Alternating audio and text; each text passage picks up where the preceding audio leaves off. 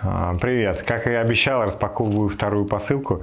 Она для меня еще интереснее, чем прошлая, потому что рубанк еще не знаю, когда руки дойдут. А вот степлер, он нужен мне частенько. Распакуем. На самом деле я его очень долго ждал. Модель DKS TS01. Я очень хотел вторую модель, но ее, к сожалению, не было на складах производителя. И я очень ждал, пока она у них появится, так не дождался. Но степлер нужен мне достаточно часто и очень его хотел. Поэтому заказал вот пока младшую модель. Надеюсь, придет и большой степлер, и у меня будет шанс тоже вам о нем рассказать. Но пока посмотрим этот. В коробочке скобы.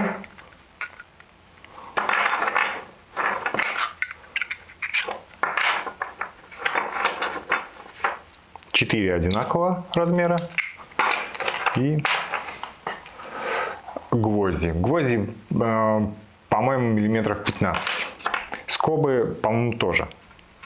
Такие гвозди я уверен, что найду в магазине. Так, и сам пистолет. Вообще-то он на фотографиях казался мне намного меньше. А тут достаточно большой. В руке лежит удобно, легкий. Это очень важно, потому что таким инструментом работают, как правило, долго, продолжительно, часто в разных местах, под разными углами. Это я сейчас говорю, например, о перетяжке мебели. Управление достаточно простое. Это кнопка пуска. На задней стороне включение самого инструмента, чтобы не было непроизвольных выстрелов. Регулировка мощности. Так, и давайте разберемся, как заправляется этот пистолет. На самом деле все интуитивно понятно. Поднимаем рычаг, вытаскиваем. Давайте начнем со скоб. Вставляем скобы и защелкиваем. Мне кажется, все, инструмент готов к работе. Есть еще здесь одна история. Это дополнительная клавиша, которая предотвращает случайные срабатывания, чтобы скоба не улетала в неизвестном направлении. Вот, так что не терпится попробовать. Давайте уже забьем пару гвоздей в фанеру. У меня есть обрезки 25-мм фанеры, как раз для этого подойдет. Ну и перед этим проверим, насколько длинный шнур. Конкретно у этого инструмента, я думаю, что длина шнура должна быть достаточная, чтобы дотянуться везде. Ориентировочно 2 метра. Кстати, это больше, чем у лобзика, который был у нас тоже на обзоре. Вы его могли видеть. Давайте протестируем. Возьмем фанеру 20-ку. Как раз для этого подойдет. И выставлю мощность на минимум. Да, и ничего, потому что я забыл включить.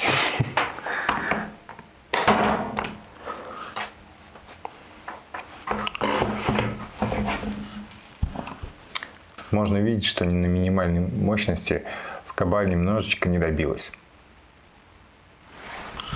Попробуем увеличить наполовину.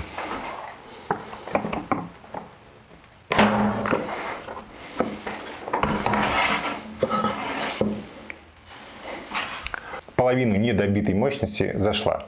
Я думаю, сейчас уже поставить на полную мощность. Уверен, что скоба уже полностью забьется.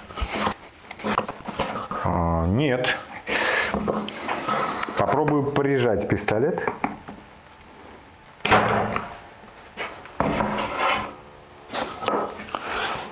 Вот когда, надеюсь, вам видно, вот когда прижимаешь пистолет немножечко сверху, надавливаешь рукой второй, то скоба забивается полностью и практически даже вровень с фанерой. Пистолет пока отключу. Даже в плотную фанеру скобы заходят очень хорошо.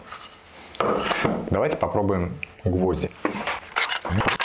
Так, гвозди, по-моему, нужно ложить на нижнюю стенку и также их прижимать.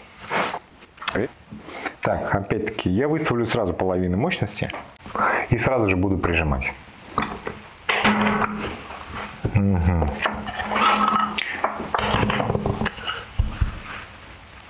Видно, что гвоздь, надеюсь, вам видно, что гвоздь миллиметра на 2 не зашел.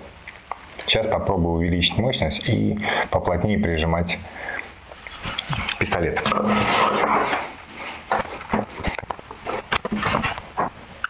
Что могу сказать? К сожалению, гвоздь полностью не забивается. Шляпка остается наверху.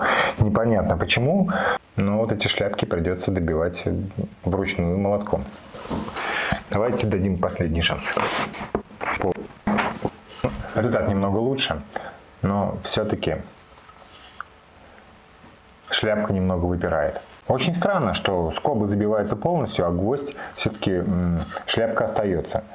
Я бы, конечно, хотел, чтобы шляпка скрывалась полностью. Но вот получается как-то так. Давайте итоги подведем. Пистолет удобный, легкий, маневренный. Можно залезть, наверное, куда угодно. И он чуть больше, чем механический степлер. Но при том достаточно мощный и забивает 14-миллиметровую скобу полностью в фанеру, достаточно жесткую. Очень удобная замена скоб и гвоздей. Регулировка мощности, мне кажется, не совсем пропорциональная, но она работает и подстроиться, я думаю, можно. Подстроиться под скобы. А вот гвозди 15-миллиметровые, она, к сожалению, забивает не полностью и оставляет немного шляпку. Но опять-таки это фанера, если работать, возможно, с обычным деревом, в сосну она точно будет, может быть, насквозь пробивать, а вот дуб, к примеру, или бук, я думаю, будет забивать полностью. Но опять-таки это мы потом с вами проверим в будущих проектах. Пока вот дела обстоят так. То есть фанеру он полностью не забивает. И еще один минус, который я для себя определяю, что одной рукой этим инструментом работать будет не всегда удобно. То есть одной рукой можно будет работать только с мягкими породами. Потому что, вот, например, для того, чтобы вбить в фанеру, нужно придавливать степлер сверху дополнительно второй рукой. А это значит, что удобства в 2 раза меньше. И в каких-то ситуациях будет не очень удобно. Но все равно я вам скажу, что очень рад этому инструменту. Давно мечтал. И я, конечно, хотел немножечко другую модель старшего брата, но для этого инструмента у меня тоже найдется применение в мастерской. И все равно я этому очень рад. Вам же могу смело рекомендовать. Я думаю, вы поняли, насколько он мощный, насколько хватит мощности этого инструмента. И ограничение оснастки здесь 15 мм. И если для ваших задач этих гвоздей будет достаточно, 15-миллиметровых, то вполне можно использовать. Цена у нее не такая дорогая. Ссылка будет внизу ролика. Кстати, я говорил об этом в прошлом ролике.